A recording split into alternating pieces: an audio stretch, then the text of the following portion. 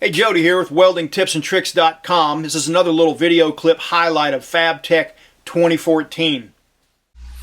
Every 2 years at Fabtech there's a welding competition, and this is some of the stuff that is done here. It's a pressure vessel, and the student or competitor gets a blueprint, and he's got to assemble this thing, fit it, tack it, and weld it up, and it gets hydro tested to 1,000 psi. Now, some of them have that little print on there that says held 1,000 psi. Some of them don't, so not all of them make it. Ones that don't make the hydro test get docked 15 points, and in a competition like this, it's really tight, and 15 points could really hurt you. Taking a look at this thing, there's multiple processes used, and things are welded in multiple positions. It's a really good test for anybody, really. It would be an extensive test to take to get a job. Usually you just do a 6G pipe or a plate test to get a job. Speaking of plate test, here's some plate tests that were done also. There's some flux core 2G position. Looks pretty good.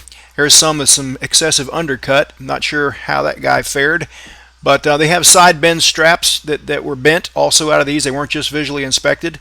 And then the aluminum and stainless projects are visually inspected. So in addition to the hydro testing, the pressure testing, as well as the bend testing, everything is visually inspected and also checked with fillet gauges, like checking leg size here using a fillet gauge, and also throat size. These welds are specified on a drawing on what they need to be. But everything is visually inspected and even evaluated as far as how much variation there is in the width of the bead.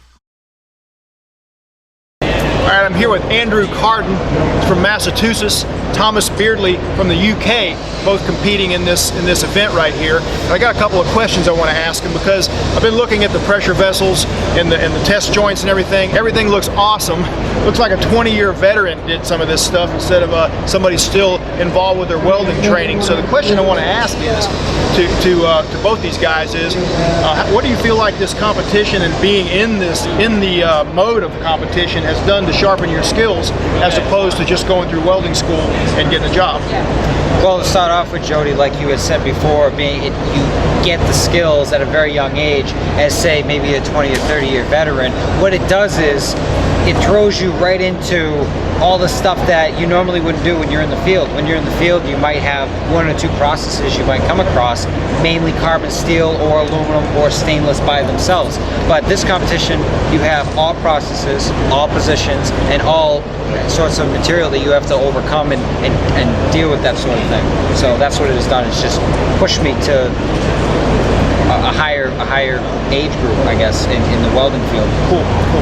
Myself, in my own experience in teaching welding, I always found that if I had to bounce from aluminum TIG to MIG to stick to stainless steel to titanium TIG, it sharpened me up more so than it would be just doing one thing. And so I want to ask you, Thomas, how this has helped you. I mean, you mentioned earlier that you did work in pipe repair and pipe welding, a lot of downhill pipe stick welding. How has this whole experience of being involved in competition helped you to sharpen your skills? Well, before I started the competition, my processes were very limited to what I could do, but now I can conventional weld, TIG weld, flux core and MIG. But the competition overall has helped build so much confidence in welding and just even talking to people. Cool. Things like that. Cool.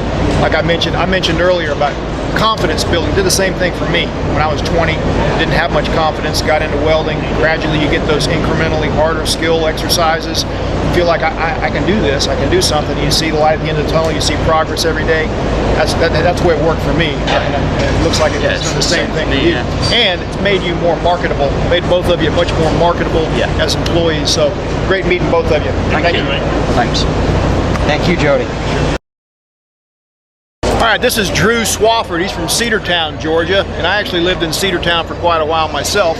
I understand your pressure vessel held 1,000 psi. Yes, sir, it did. That's a big relief. Congratulations on that. If the pressure vessel leaks, it knocks off, what, 15 points? 15 points. Which is huge. Yes. You can't afford to lose 15 points in a competition like this. So, Drew, I want to ask you, where do you feel like you'd be today if you'd just gone through welding school and got a job, as opposed to saddling up to the whole skills, tune-ups, and all the training and mentoring that you get doing that?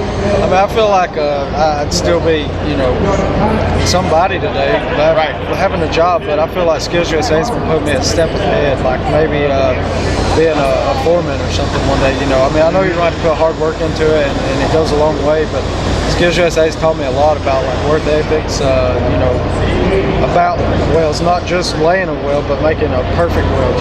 A weld that looks good and is good. Yes, sir. Yeah, and is the right size, the right leg size, with an adequate amount of convexity or no whatever the specifications require. You have to really pay attention to that in this game where you don't score high. Yes, sir. Right? That's it. That's important stuff. Yes, sir. Great talking to you. Thank you. Good luck. Thanks so much. If you'd like to learn more about Skills USA, just go to skillsusa.org.